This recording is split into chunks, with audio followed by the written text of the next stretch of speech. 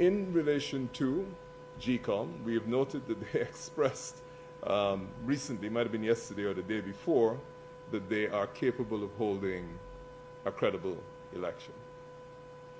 You would have to be possessed of the most creative imagination if any institution, after having admitted the errors that GCOM has admitted recently, after having failed to rectify the Dr. Kissoon issue solely as a result of their own recommendations, after having a slew of missteps, and after having had every election challenged for some reason or the other that anybody would repose any confidence or attribute any credibility to any institution like GCOM, which has demonstrated consistently its inability and its incapacity to operate.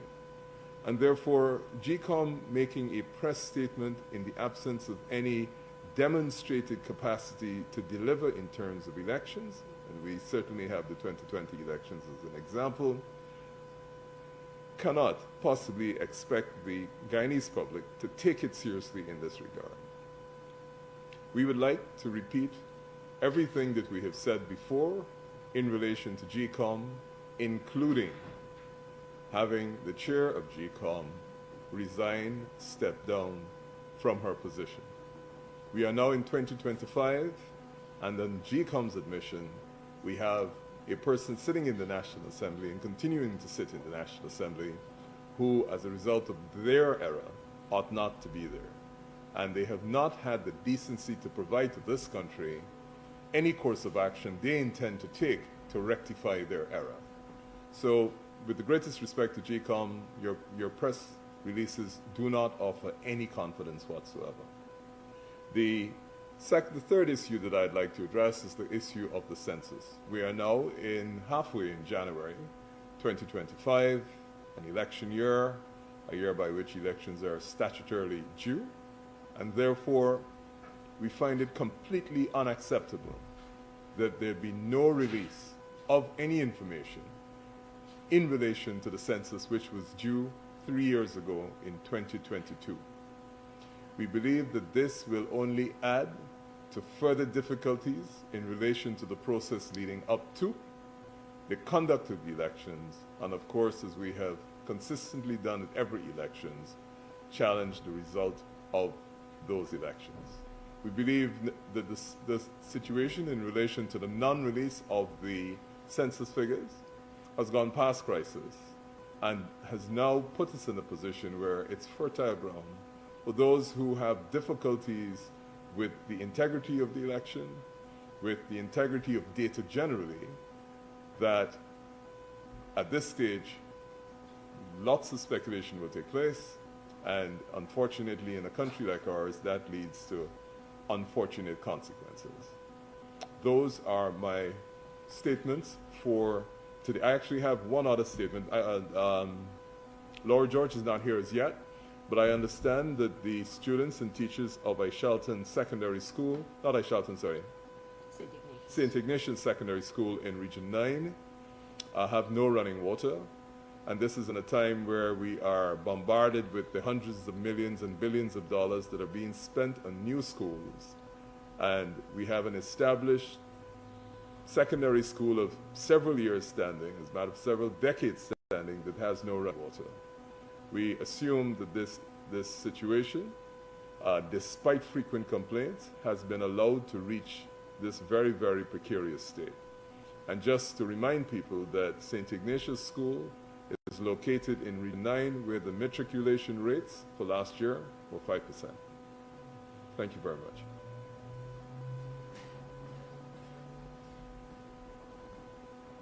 Thank you, Mr. Nigel Hughes. Ladies and gentlemen of the media, we will now take your questions. We ask the usual courtesies of identifying yourself and the agency you represent. I acknowledge Mr. Jones, Livewire News. Mr. Jones, please go ahead with your question. We're not hearing you, Mr. Jones. Are you hearing me now? Barely. Can you Okay, I have three questions. Should I ask all at can you once? ask the first two and then we'll come back to you, time permitting? Yeah, I'm not muted. Are you hearing me? Yes, I'm hearing you, and I'm asking if you can ask your first two questions, and time Sure, permitting, we will come back to you. sure. So the first one is from Mr. Hughes. Mr. Hughes, there has been a noticeable absence of Sherrod Duncan, a prominent member of the AFC, from the party's press conferences and activities, since his unsuccessful bid for leadership at the AFC Congress. Can you provide some clarity whether his absence is a reflection of internal division within the party, or is there another reason for diminished public presence of Mr. Duncan? Good afternoon, Mr. The Jones. second question is, Sorry. Go ahead. oh, well, Go ahead, sir.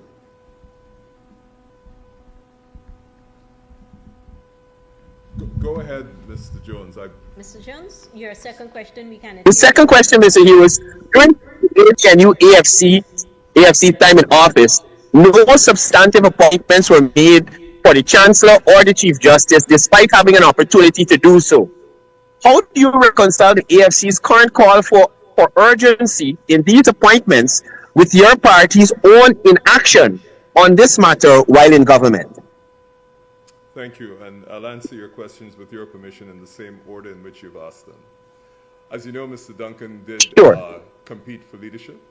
I believe that if you were present at the time of the election, there was a complete unity. Mr. Duncan was invited and participated in the post-electoral celebrations. We were all the parties who competed against each other. We were there. There are several people in the leadership of the Alliance for Change who do not appear at our press conferences. Mr. Raphael Trotman, to name one of them. And we have a broad, wide-ranging set of persons that appear based on the specific topics that we are going to address at any given time or those that we anticipate. I have seen Mr. Duncan up to very recently in Linden, and as far as I'm aware, there are no difficulties.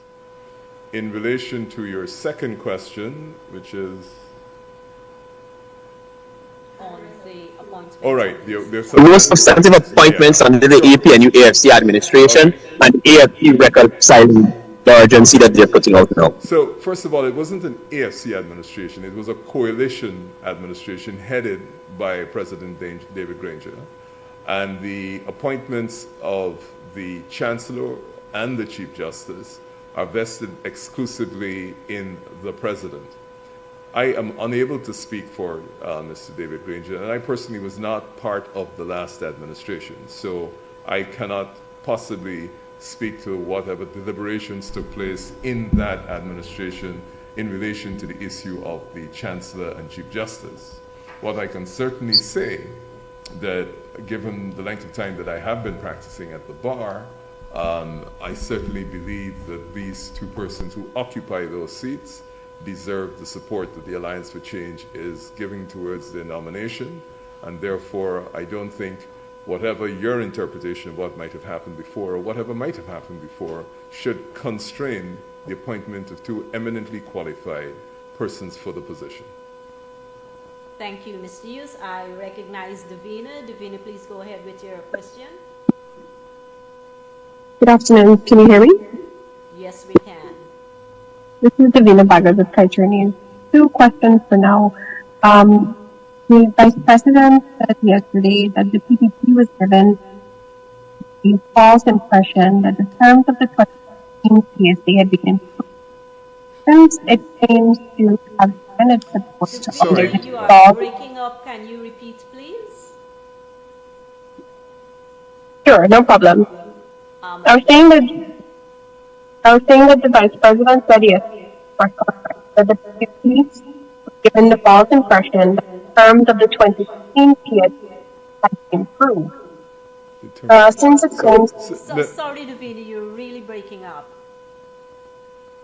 If there's somebody who's if somebody is hearing you and they can repeat your question, yes, it starts fine and then you it gets garbled. I can send my questions in the chat if you prefer. Yeah, sure. Beverly, you'll have to read them.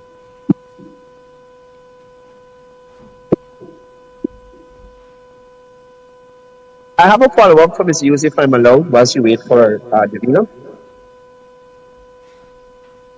In a minute, Mr. I don't know, Divini, you want to try again? Maybe it will improve. Is there any improvement? No, this is fine. You always start well. It's when you get to maybe about 40 seconds into when you speak, it starts to get a little not. All right, since I think you caught the first part of what I was saying, would you like me to just go ahead with the latter part of my question? Yeah. What I did catch is that you said something the Vice President said yesterday. I'm not sure what that is.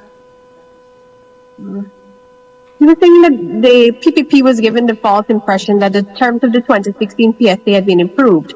So they gave their support for the tax waivers to Exxon in Parliament. But since it claims to have given its support under this false pretext, do you believe that the party now have enough ground to seek a renegotiation of that contract?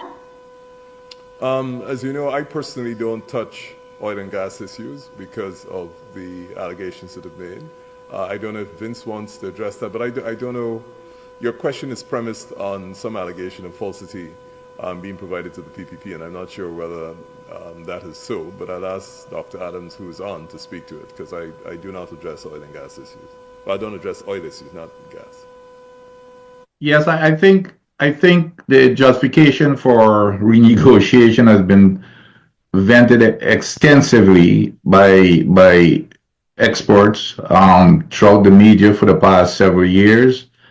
And yes, I did see the press conference yesterday when the question was asked of the Vice President as to why did he sign for the tax exemption, concord with the government. And of course, we saw what the answer was, which didn't make any sense, to be honest. Basically what he said, well, they didn't have a choice. I don't know what an opposition does. What is the function of an opposition? Well, I do know, but apparently the Vice President doesn't understand what an opposition is. So what he's saying is when you're in the opposition, meaning that you don't have, you're in a minority votes.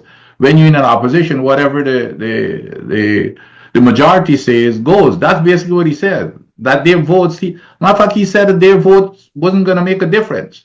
Well, as long as you're in a minority, your vote will never make a difference. So it's a broader aspect to his question. But I mean, there are tons of reasons for that, as I said, that has been explained very widely in the media, and we could spend the remaining of the press conference to go through them, but it was pretty telling with the Vice President's answer yesterday. Okay, Ms. Alert, I have another question or two for Dr. Adams. Can I go ahead?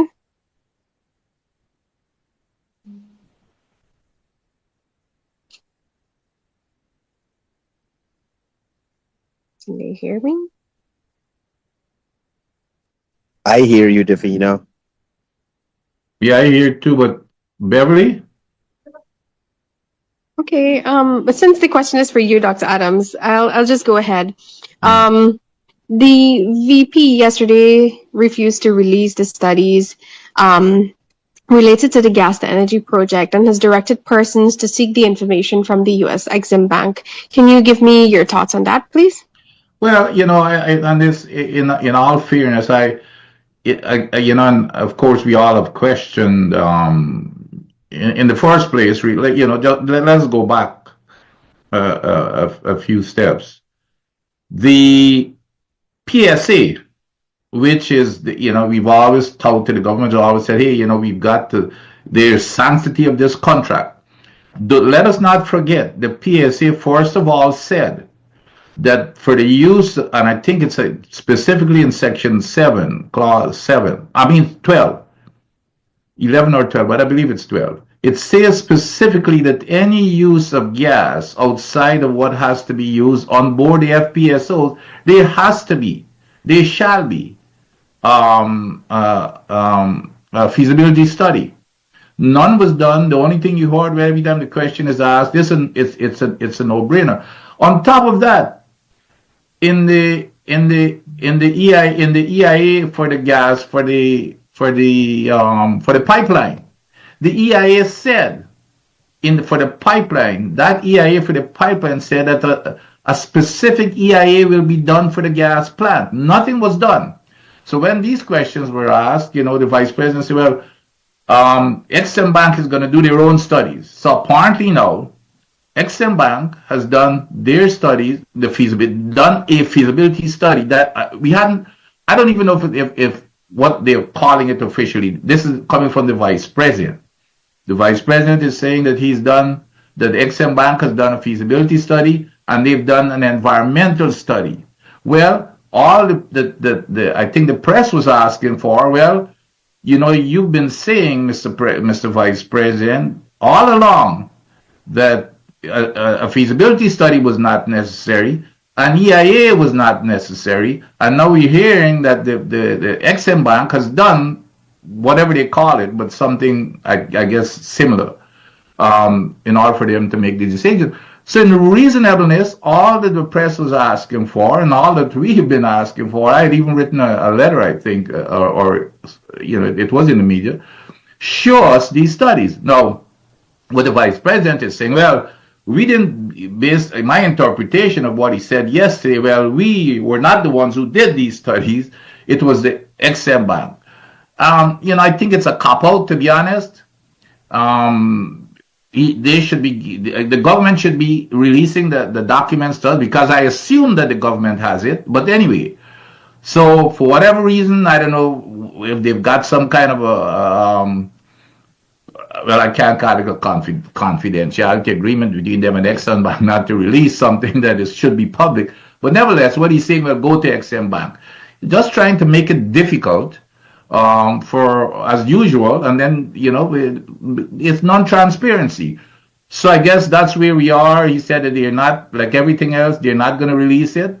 Shows that they're not transparent to the people, and I guess the next step is going to Exim Bank. But I think the people ought to hold this government accountable for releasing this type of information that is supposed to be public. Let's go to the EIA. If they had done an EIA, that EIA would have to have been vetted by the public. It would have been in the public domain.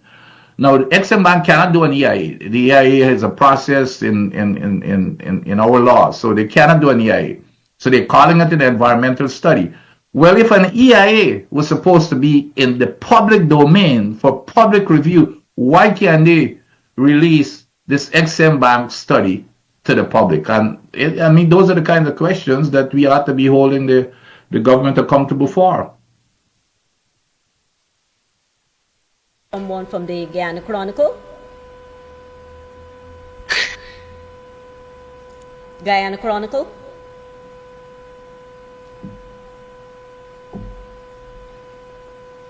We cannot hear you at this point. Guyana Chronicle.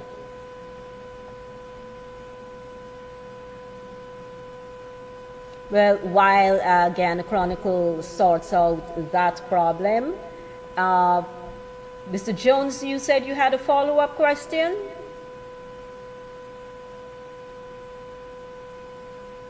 I'll just move on with my other questions. I won't worry the follow. So this is for anybody on the panel. And just to make you aware, the Guyana Chronicle was a real news. Just I guess that table not hearing. But you're anyway, not coming over clearly. Please take your time. You are not coming over clearly. Okay, so this is my question for anybody on the panel. Now, given Guyana's record of economic growth projections and the government's strengthening of anti-corruption methods, how does the AFC justify its narrative of widespread mismanagement and lack of progress despite international recognition of the administration efforts in these areas? Thank you very much. My last question. Sorry. For Mr. Adams, I'll just put all out here. Could Mr. Adams, it informed that he would have had been in the employ of the Department of Energy. Could you say which department that he was employed at? What was the purview and responsibility of that department? And if he had any opportunity to actually work on implementing policy, contracts, or framework, policy frameworks for the oil and gas sector whilst at the Department of Energy. Thank you. Well, Vince, do you want to start, and then I can deal with the first question after? oh, sure. Well, I mean, it's easy to. First of all, I was a senior executive service employee. It's called an SCS. They call us SCSers, which is the equivalent of the generals in the military, and that's in the Office of Personnel Management for the U.S. government. It's when you're in SCS, you're an equivalent, and the SCS is like the government's. The United States government has about over 3 million employees, and the SCSers are about 0.3%. So you're the top level. So absolutely, we make policies, and of course, the Department of Energy is responsible for energy. It's responsible for developing science. We own all the national laboratories. So we do all the research and engineering on the national lab, and we also build and maintain the nuclear weapons complexes. Yes, so I was responsible for developing policies in all, whatever policies department is responsible. Well, not me, but that core of SESers are responsible for developing policies. In addition to that, I was. Worked for, before I joined the Department of Energy, I was a senior petroleum engineer. It's a reservoir and specializing in reservoir and production for, it used to be American Oil Company or Amoco, but now it's British Petroleum. So I was there in the petroleum industry where, we developed policies, we developed processes and procedures. I was even on the drill rigs. I did all the reservoir analysis. I was a production engineer. I was responsible throughout my 47 years of leadership in all of those areas of policy development and in technical analysis. Thank you, Okay. Dr. Vince. Mr. Hughes? Right. Mr. Jones, perhaps I should, and forgive me if this response seems a little extended, because I'd like you to get the benefit of what I'm attempting to say. $5 billion has been generated as a result of oil revenues since December 2019. Those monies have come into the government coffers. Anybody who is in government with $5 billion would have to have a development plan for that money. You have to have an overall development plan. You have to have a short, medium, and long-term plan. $5 billion,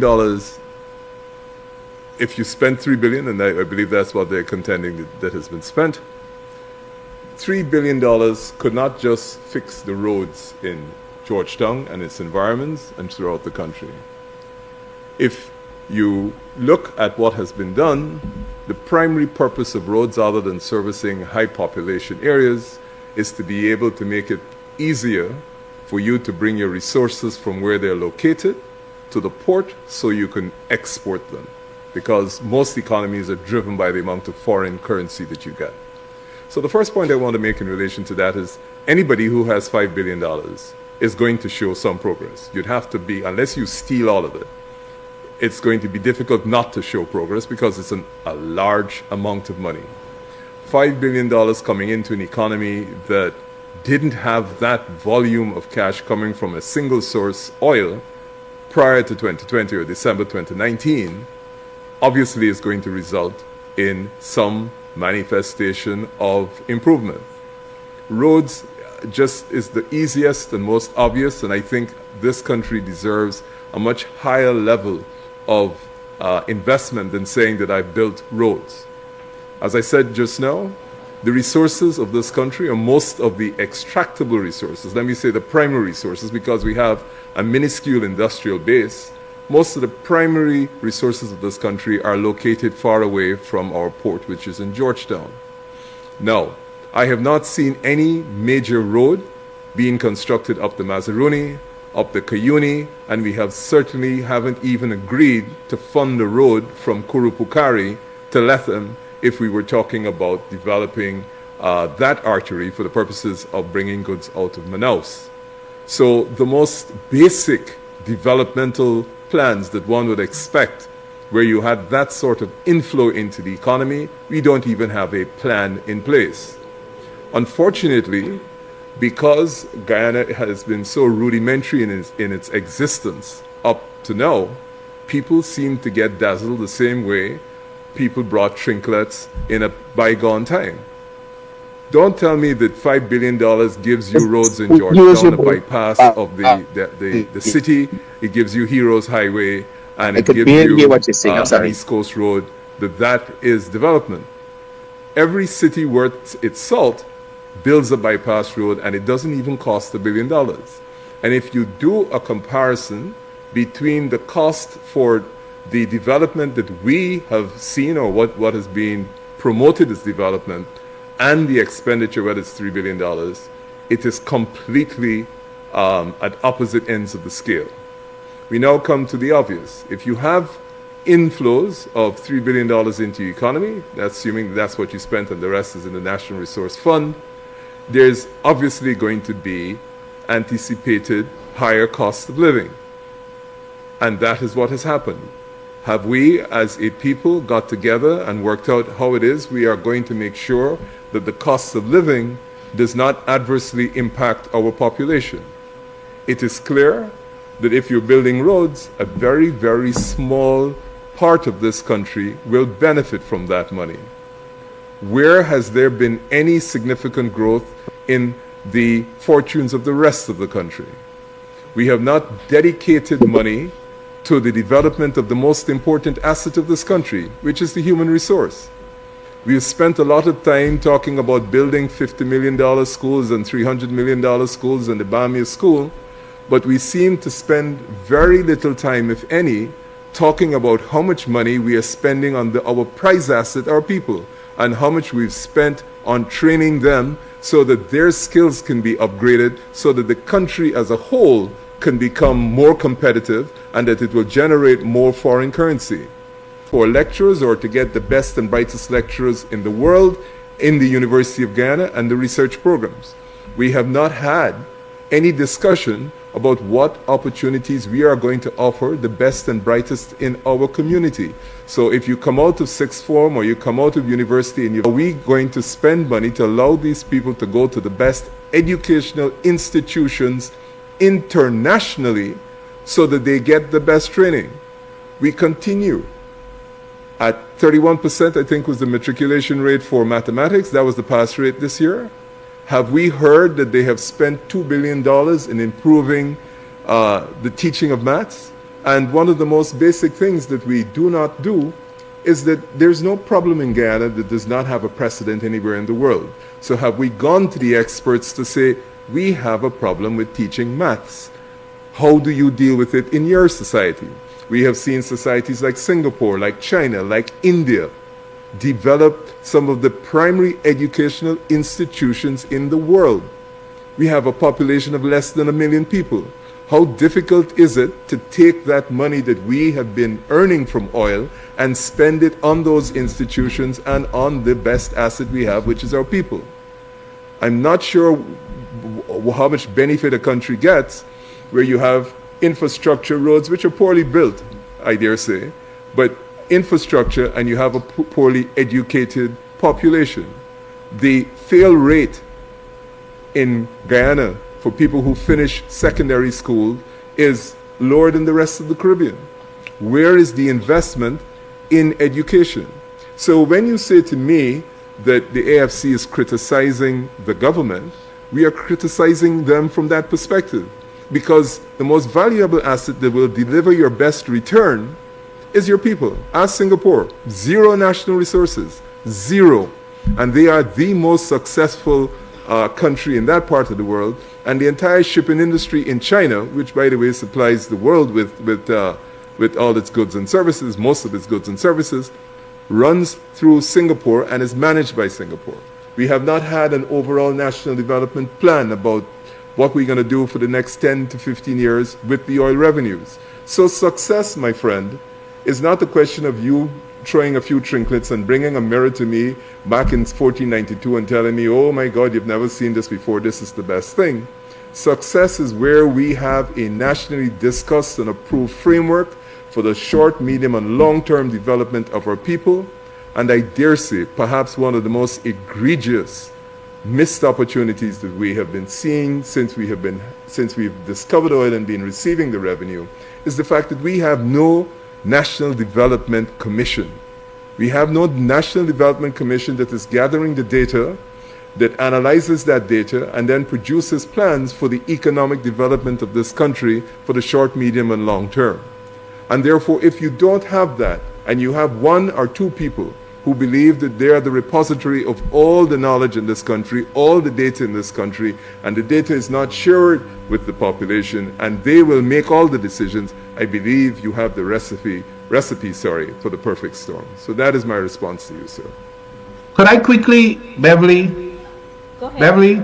Yeah, let me quickly add in terms of, just to continue to add to my answer in terms of where the senior executive service employees, again, the civilian, which are the equivalent to the military generals, and the senior executive service corps employees, they are the highest ranking officials in the government. What happens when a president comes in? The president will have their political appointees, like the secretary, the undersecretary, the deputy secretaries.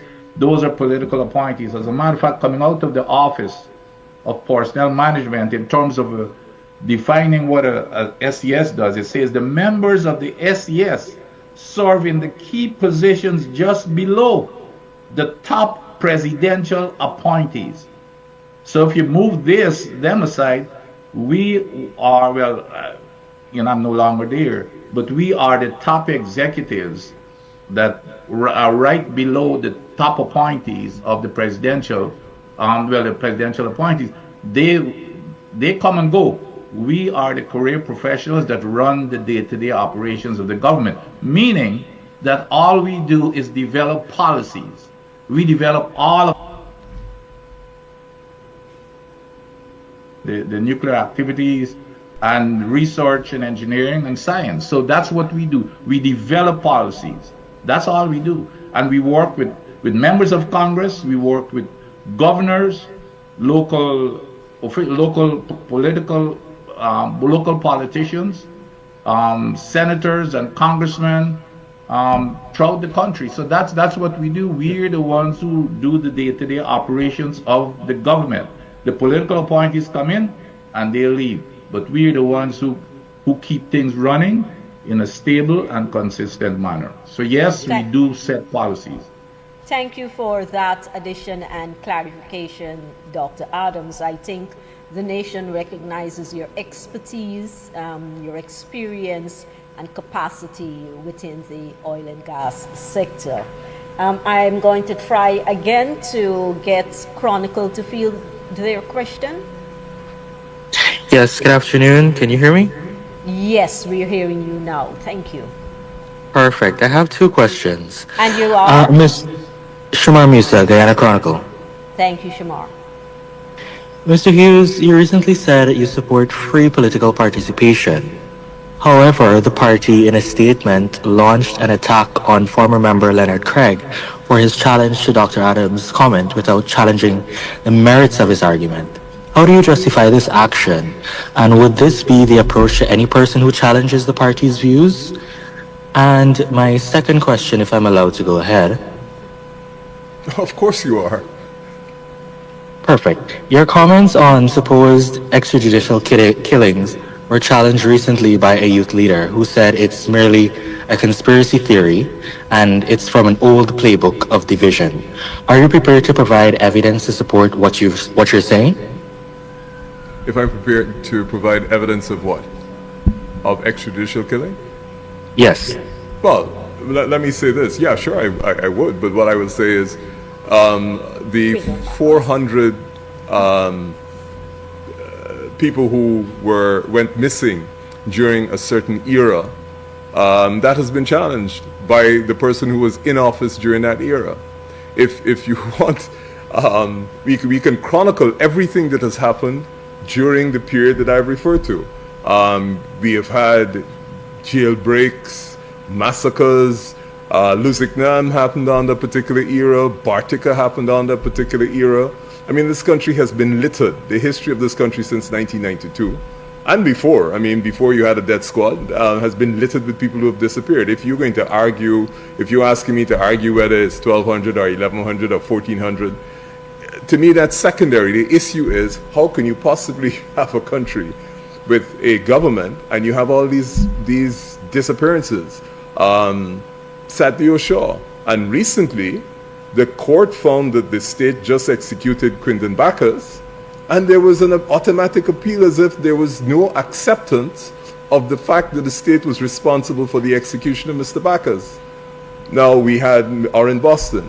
So if you're saying that somehow the volume is an issue as opposed to the perpetuation of these awful state, then that is an interesting perspective. You had a whole commission of inquiry into the 3 people that got shot in Linden.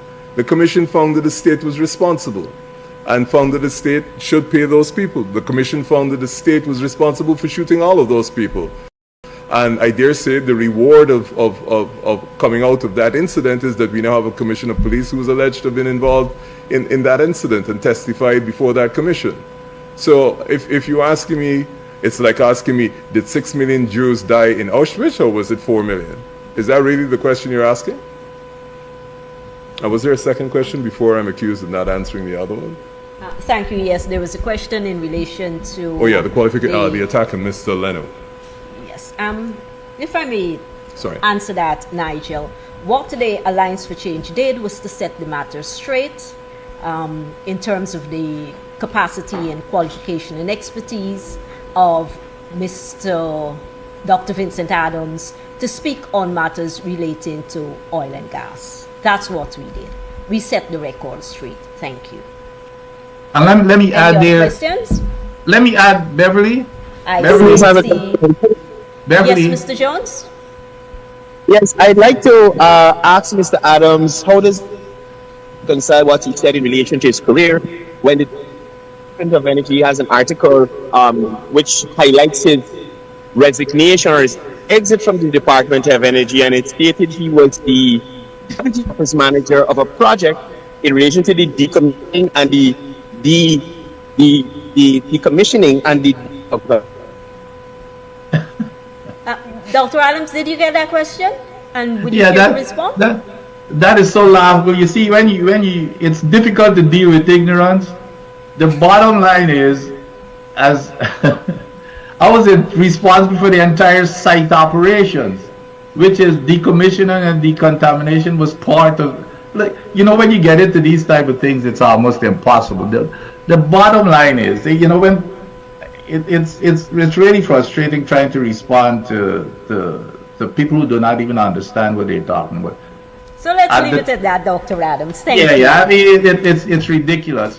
At that same particular site in Ohio, we also were developing, you know, well, a lot of it is classified, so I can't talk about it in terms of science and engineering.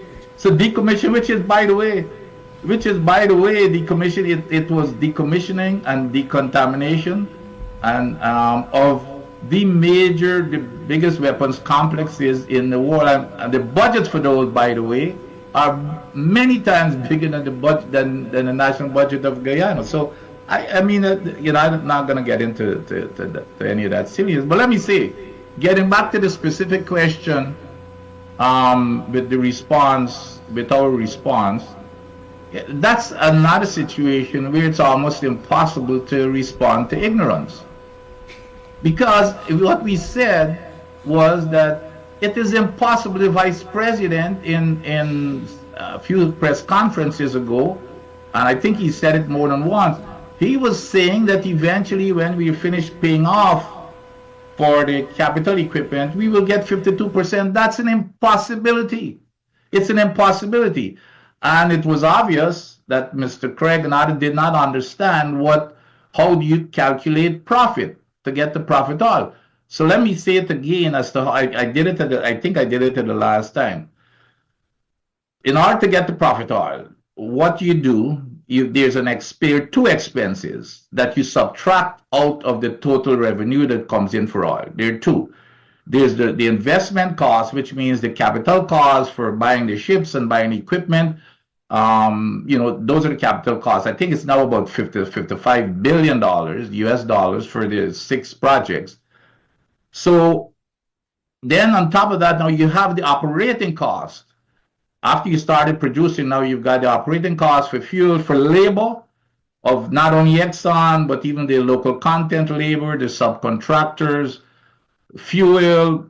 So what you do, that monthly cost for the operations, whatever that cost is, plus whatever you're deducting to pay back that capital cost, which means is that, like when you buy a house, you have to pay a certain amount every month to pay back on that loan.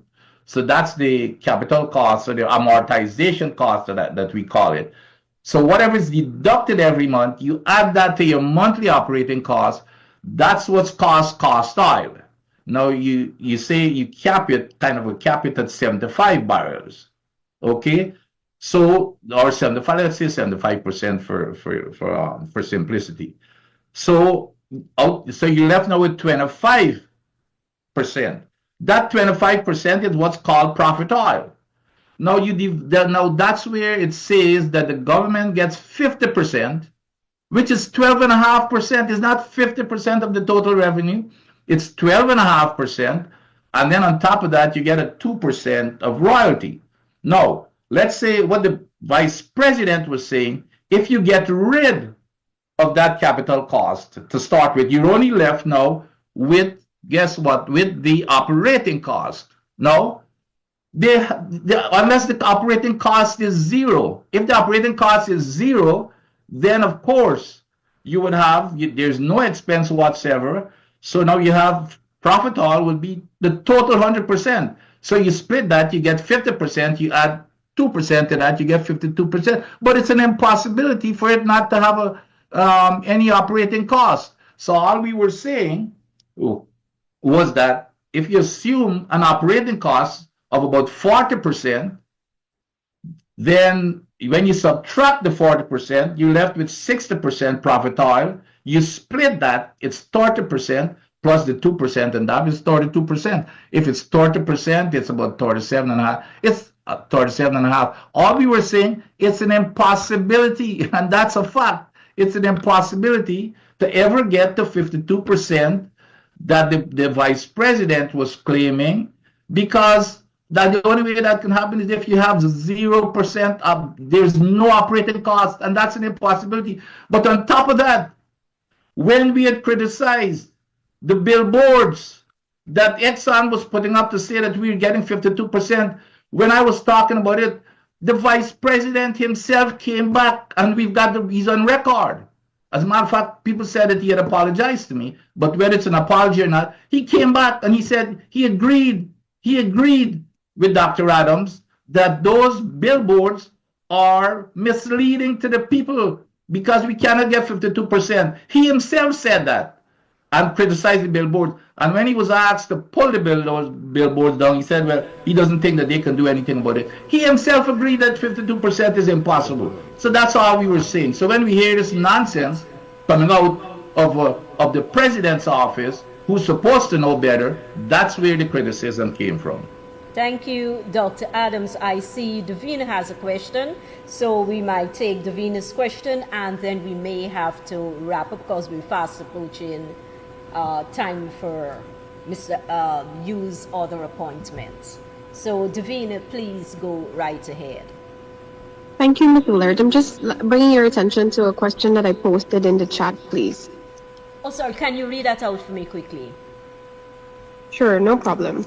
I was saying that there has been an increase in robberies perpetrated by teenagers across Guyana. Could the leader state some suggestions to tackle this? Thank you, Davina. Favorite, and most important question. It is evident that we are releasing onto the society young people who have, in large number, who don't have appropriate skills to afford them an opportunity for appropriate economic development and self-development. And as a consequence, the easiest thing that happens is they turn to crime. Absolutely to be condemned. The way that this is addressed is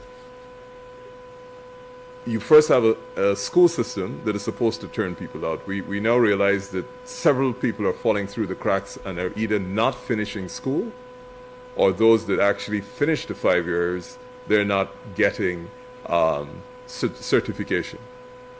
So we have to have a national program, voluntary national program, which will provide training in large numbers to people throughout all the regions of this country. It's a bit like what you call a voluntary national service. There's no compulsion here, but people have to actually, we have to provide the institutions where people go into them. Not only are they taught and educated, but there is also a particularly significant concentration on discipline. There is no society that has been successful in the modern world in which there hasn't been a high degree of discipline, high level of education, and a high commitment to national development goals. You don't get that by allowing people to fail and continue to fail and just leave it to them to find their way. It never happens. It requires leadership. Singapore was lucky to have Lee Kuan Yew. You have, there are parts of India, actually in India, I think there's a school that rivals MIT, and I'm not picking Harvard or the other, but rivals MIT in terms of the quality of students that come out of that. You have to find that. And in Guyana, because our system, our formal education system is completely failing, and I'm not attacking anybody here, this is not Ms. Manik Chen's fault. The issue here is that we as a country collectively have to find a system that in the formal education system, we have a much better output, and those that don't actually make it through that output, we have to make sure that there is further remedial, well, not remedial, there are further opportunities. So technical colleges, small population, we don't have to do this for a lot of people. And we accept that in what I'm calling sort of voluntary national service, when people go in there, of course they have their families to feed. And they will have to be paid a stipend while they're being trained. So at the end of that time, so if you go into this institution and we are providing the training, we are providing the skill set, we are certifying you, we are making sure that your family, which will not have the benefit of your presence for whatever period of time it is, gets a stipend to survive. That's what I mean about when I was talking earlier about development. You have to dedicate these resources to our best asset, which is our people. And that is the sort of program one would expect. Now, and I want to emphasize, because I can see the headline tomorrow, Nigel Hughes says, bring back national service. This is a voluntary program. You can call it whatever you want, but it's a voluntary program dedicated to educating people, instilling a high level of discipline, and making sure that while this process is being provided to them, there is a stipend that allows their family to survive. So at the end of that period, whether it's 8 months, 9 months, a year, we will then have a better educated cadre of young people who are come back into the society. The one additional point I'd like to make in relation to that is sports development. Sports development in this country has been an absolute disaster. If you look Sports development is not building grounds. Again, it's the same thing like you're building roads and you say that that's success. It's not building grounds. It's not spending $50 million on building a stadium in Berbice. That's not sports development.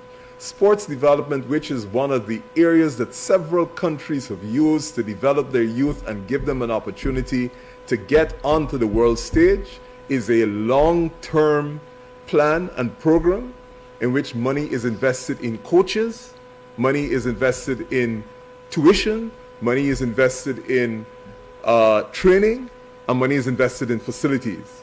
It doesn't start with the facility. You got to start with the trainers. So this is a perfect example.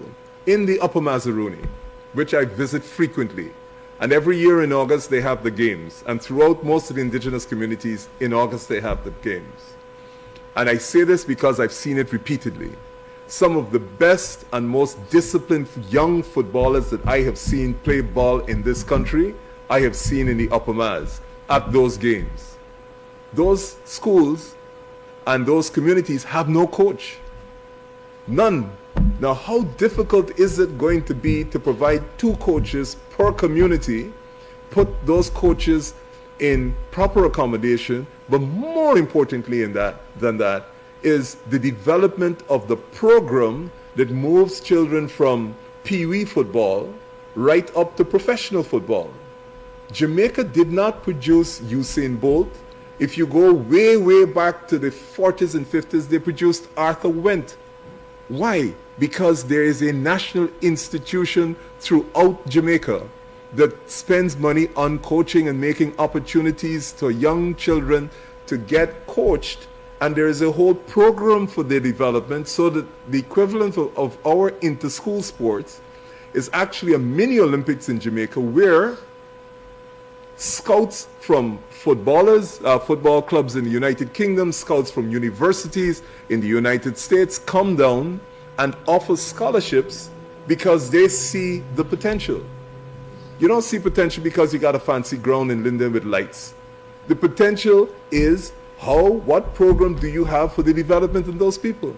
And that is what is going to take young people off of the streets with nothing to do, and therefore their mischievous mindset, it is what it is. Kids are mischievous. They're going to find things to do, and unfortunately a lot of that perhaps is going to be criminal. So we, and I say we as a country, this is not party political dispute. We have to have a program, a national program. How are those young kids think about it, those young footballers, those 15, 16, 17-year-old footballers that I see in the Upper Mazin, this is just an example. Georgetown is full of them. How are they moving from kicking ball and hoping that at the end of the year somebody holds a tournament and they can get some prize money, or you have a tournament and you do a little six-a-side in the road? That's no program. That's a commercial enterprise that is intended to sell whatever the sponsor is selling. That does not take you to the higher level. And that's one of the challenges we face as a country. We don't have programs that are dedicated to taking us as a country to the higher level. We spend most of our resources and time attacking each other and trying to have... Anyway, don't let me go there. That is my short answer. Sorry, Laura wants to add something to that. In supporting Mr. Hughes's insights and recommendations there, one of the areas I think we need to revisit strongly is the No Child Left Behind policy. And I say this because we have a system where all children, regardless of whether they have acquired the percentage to be promoted to another class, to a higher class, they're just allowed to pass through the system. And while perhaps we would not want any child to be left behind, we also seem to be robbing our children of opportunities for which they can be prepared properly. Meaning that we need to have adequate and responsive systems to ensure that whilst, are parallel to the No Child Left Behind policy and we're promoting the child, we should have systems where there is efficient and appropriate learning systems outside of the school hours. Today we have young people who pass through the system. There might be the TVET, which is the skills learning system, but it is not responsive to our children's our youth needs and preparing them for the world of work. Now, I say this because there are many situations where we have, for example, drivers, taxi drivers, who have to ask to get directions because they cannot read the street signs, for example. And these are just very basics. We also have an education system that doesn't ensure that we have a serious look into the different levels of learning of children.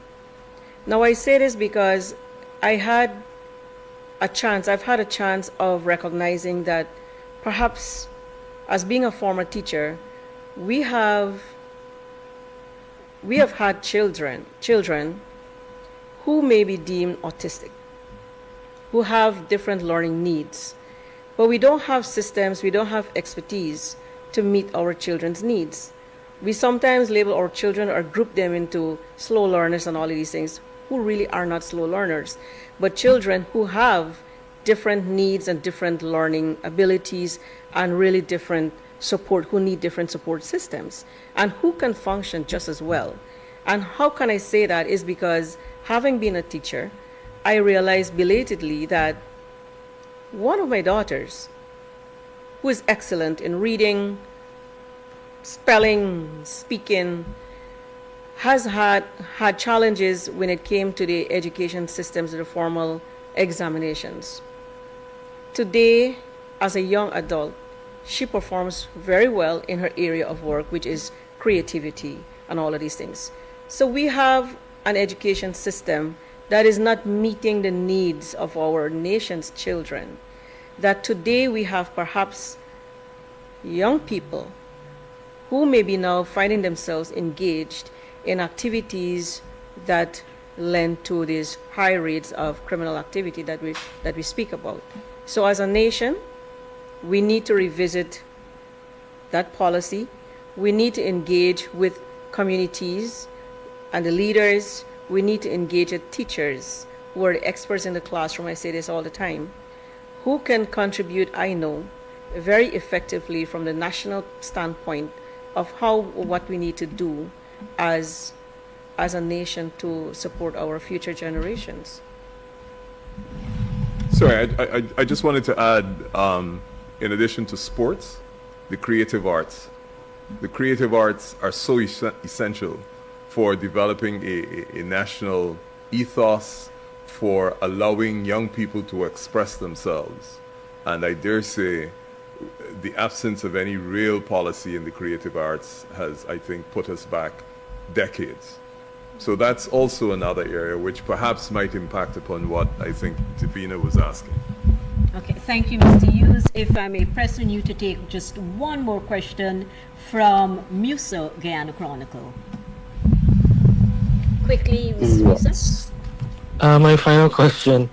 Mr. Hughes, given that you are in the race for public office... So, sorry, can you start again? The volume was down at this time. Start over for us, please. Sure. Given that you're in the race for public office, do you intend to address issues of oil and gas at any time? Or would you always adopt the approach of referring those questions to other persons because of what you deemed allegations against you?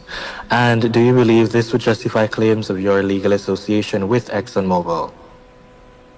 Sorry, I missed the very first part. I heard the rest of it, so I thought you said given something. Given that you're in the race for public office, do you intend to address issues of oil and gas at any time? Oh, okay. Or would you... All right. No, sorry, thank you very much. And I will just repeat what I'd said before.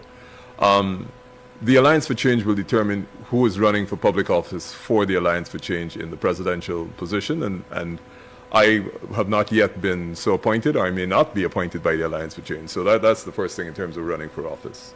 In relation to the question of oil and gas and the relationship that my firm enjoyed with Exxon, forgive me if I'm repeating this. I've said very clearly that I will not touch oil and gas question during the campaign. Ms. Dr. Adams and Mr. Patterson will do that. Once I am elected, I am severing my relationship with Hughes, Fields, and Stobie because I cannot be a practicing lawyer and also be president. So there's no way I would be in Hughes Fields and Stowaway. Secondly, this position is not unprecedented. Barbados had this identical situation with a gentleman called Mr. Thompson, now deceased, who was a lawyer of some repute, who became prime minister. And of course you have to sever the relationship you have with the entity that you worked with before. I certainly won't be directing government work to Hughes, Fields and Stowaway if that is what you're concerned about. The firm is 54 or 55 years old. It was there before I got there, and it probably, hopefully, will be there long after I leave it. So just to address that question, if and when I am elected to office, whether that is president or any other office, I certainly would be in a position to speak specifically on oil and gas because I have views on it like everybody else. I am constrained because I don't want a distraction to become that any comment I make is based on the fact that is located within the conflict of interest. So at this point, but absolutely certainly, it is clear that for the future development of this country for the next 15 years, the primary source of income is going to be the sale of oil, and the primary source of cheap electricity is going to be the supply of gas. There's no way you cannot have a position on that. I dare say if I am fortunate enough to be elected, I will be removed from allegations of conflict of interest and from the responsibility of managing Hughes Fields and Stowaway, because that relationship will be fully severed, and I would be prepared and will contribute to discussions on that. But I want to make the most fundamental point about oil and gas. And I'm happy you have afforded me this opportunity. This is the most complex political industry on the planet. And there's no opinion from any single individual, I don't care what level they are, or what level I may be at, that should ever be allowed to hold sway. The future of this country should be dependent on the construction and building of institutions like national development institutions, petroleum commissions, which are very well financed, where they pay top international dollar so that we can have the best global experts gather and analyze the industry of oil and gas. It is also the most dangerously political industry on the planet. So we need to be able to have and afford to buy the best political skills and advice that we can buy globally, and not assume that they are within the boundaries of this country, to advise us as to how we can navigate that industry. We all have seen what happened in Iraq. It is not very difficult for someone to create a problem on our western border, and then we will be spending a lot of resources attempting to deal with that. And we have to understand that the league that we're playing in has changed. And it requires the best finance, because the persons who are not necessarily your friends, or those that pretend to be your friends but are really your frenemies, they can afford the best advice in the world in terms of how they can harm and hurt you. And it would really be highly irresponsible for us as a country to think that one single individual or one single cabinet is capable of analyzing all the scenarios and all the threats that we face. So if I am ever lucky to be in government to be able to persuade the decision makers, it would be that we should spend our money developing the institutions and the capacity of those institutions, that they hire the best and the brightest, so that this population can be served by the best possible combination of intellect and experience in relation to those industries. And finally, in that regard, we have lost our best and continue to lose our best and brightest graduates, whether they come from University of Guyana, wherever they go, and young people don't want to stay in Guyana. The only way we will begin to have a chance of surviving as a country is if we create the environment in which young people feel that it is better to stay in Guyana than to go somewhere else. And that's where we should be spending our time and effort.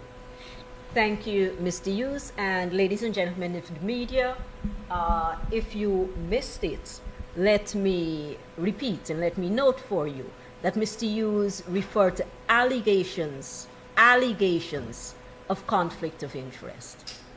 And so on that note, I want to thank you for spending more than an hour here with us, and I do wish you a safe weekend. Thank you.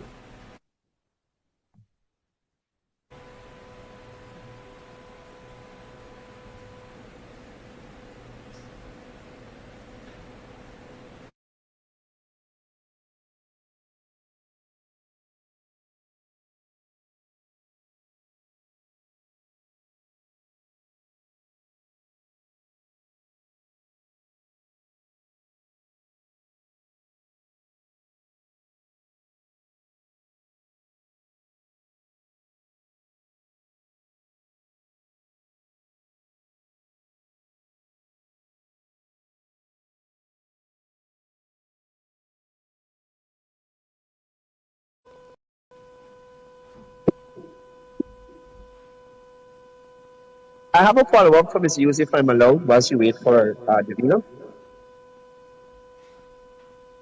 In a minute, Mr. I don't know, Divini, you want to try again? Maybe it will improve.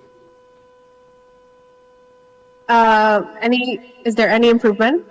No, this is fine. You always start well. It's when you get to maybe about 40 seconds into when you speak, it starts to get a little not. All right, since I think you caught the first part of what I was saying, would you like me to just go ahead with the latter part of my question? Yeah. What I did catch is that you said something the Vice President said yesterday. I'm not sure what that is. You were saying that the PPP was given the false impression that the terms of the 2016 PSA had been improved. So they gave their support for the tax waivers to Exxon in Parliament. But since it claims to have given its support under this false pretext, do you believe that the party now have enough ground to seek a renegotiation of that contract? As you know, I personally don't touch oil and gas issues because